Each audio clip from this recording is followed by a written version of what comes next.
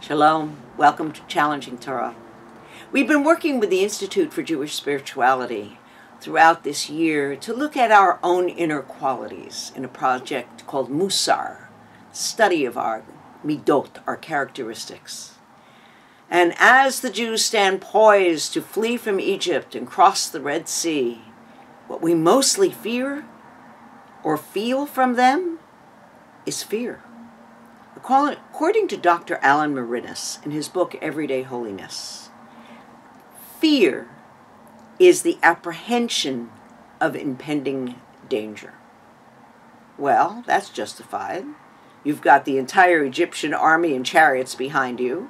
Despite a cloud and a pillar of fire, you can understand their fear, and God understands their fears. And so the Torah text tells us, "And it came to pass, when Pharaoh had let these people go, that God leads them not through the way of the land of the Philistines, although that was near. For God said, perhaps the people will repent when they see war, and they will return to Egypt." God understands. We are endlessly oscillating between fear and faith. And that's what B'Shalach, this Torah portion, is about. And so B'Shalach, and God sends the people round about. From the beginning, he's afraid that they will want to go back, that the complaining and the grumbling are part of a fear-based society. How could it be any different? And so when they finally come to the sea, they're complaining. Of course they're complaining. And Moses says to God, "What should I do?" And God says, "Moses, this isn't the time for asking or even the time for praying.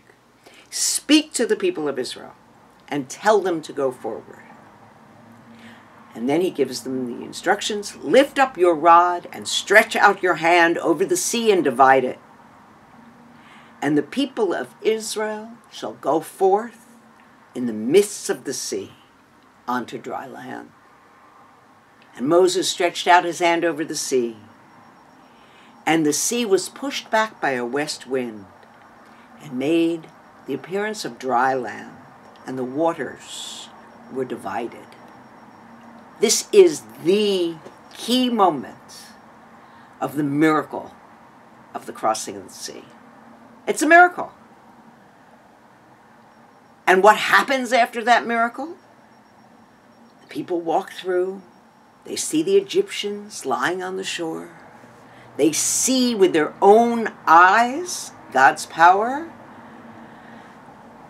And they are divided inside between fear and faith. And this is the moment that says, "Az Yashir Moshe." Moses bursts into song. And I always think it's the most ridiculous part. You know, it's like going to a movie musical. What is this? Into the Woods? Only we're calling it Through the River. What are they doing singing?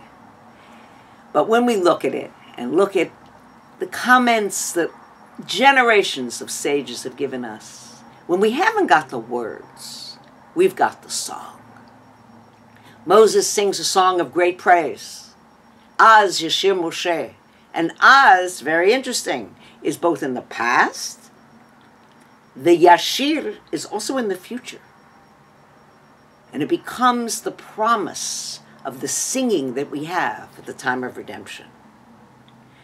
And the song is a pretty classic, ancient song of military prowess and God's power. And we say, "Mi chamocha be'elim Adonai," who is like you, O God.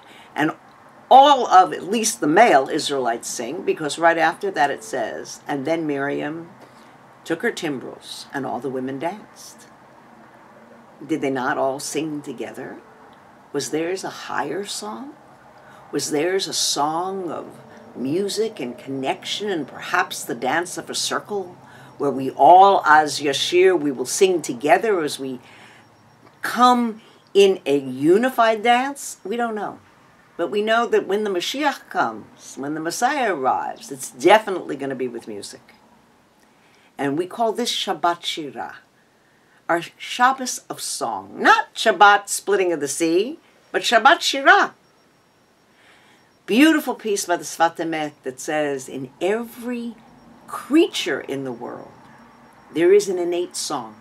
And when the sea split, it all burst into song. And I believe that's what will bring the redemption. It's song.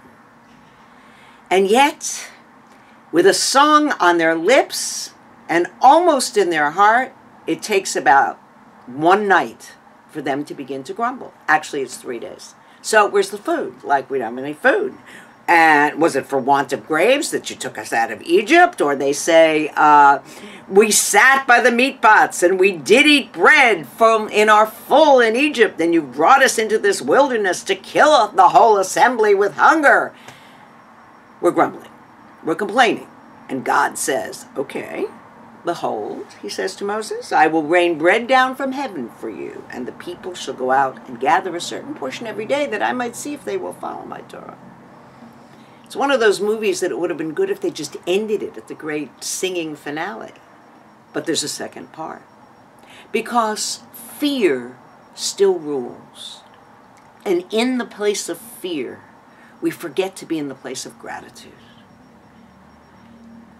Last night, I had an amazing experience. I was late on the 101 trying to get to a restaurant in Oxnard, which is not all that far away, but the PCH, the Pacific Coast Highway here, is closed due to a rock slide, and it is bumper-to-bumper traffic. Above me is the greatest light show that I have ever seen. The skies are crimson and light rays, and rain comes down in the distance, and we're looking out over the entire valley above Camarillo, and it is magnificent. And part of me is like watching the opening of the sea, and part of me is like, wow, man, when are they going to fix that thing? Like, and, you know, I called, tried to change the reservation, nobody would help me, I'm probably not going to get dinner, while the most amazing miracle is happening. At the end of this Torah portion, Amalek, the essence of evil, approaches Moses. And it takes a community to raise Moses' hand. Amalek, that endless evil inclination, comes in our grumblings. We open the door in our place where we don't see the miracle and where we don't look up and see the sky as opposed to worrying about the traffic in front of us on the 101. And so I'd like to end this week with something that's in our Reconstructionist prayer book, a poem by Marge Piercy, just one verse. Every day we find a new sky, and we are given the wind beneath us, the breath to shape into words, words that steal time, that touch our hands and pierce like bullets, that waken truth and deceit, sorrow and pity and joy, that waste precious air, floating in complaints and lies, floating traps for power on dirty air. Yet holy breath still stretches our lungs to sing. May this be the Shabbat that you find your voice. Shabbat Shalom.